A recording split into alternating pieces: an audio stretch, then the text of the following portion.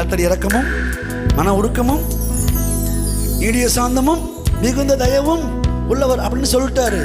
அப்படி சொல்லிட்டு போயிருந்தாரு, நம்ம சொல்லியிருப்போம் ஆமா தாவீதுக்கு கர்த்தர் அப்படி இருந்தாரு அப்படின்னு இருப்போம். ஆனா அப்படி நீங்க சொல்லக்கூடாதுன்றதுக்காக அடுத்து அவர் சொல்றாரு, கர்த்தர் நீதிமான்கள் மேல், பரிசுத்தவான்கள் மேல், தேவனுக்கு சொந்தமானவர்கள் மேல் இல்ல இல்ல இல்ல இல்ல கர்த்தர் எல்லார் மேலும் தயவுள்ளவர்.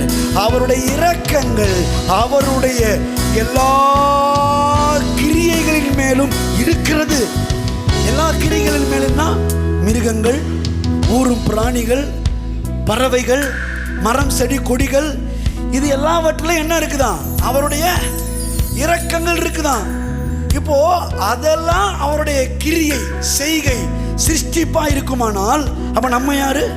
அவருடைய செய்கையாய் இருக்கிறோம். அவருடைய கிரியைகளாகிய இந்த காட்டு புல்லின் மேல, காட்டு மிருகங்கள் மேல, அல்லது இந்த உலகத்துல இருக்கிற அத்தனையின் மேல அவருடைய இரக்கங்கள் இருக்குமானால் அவருடைய பிள்ளைகள் மேல, அவர் சாயலாக அவர் ரூபத்தின்படி உண்டாக்கப்பட்ட அவருடைய ஜனங்கள் மேல கொஞ்சம் நஞ்சமா இருக்குன்றீங்க?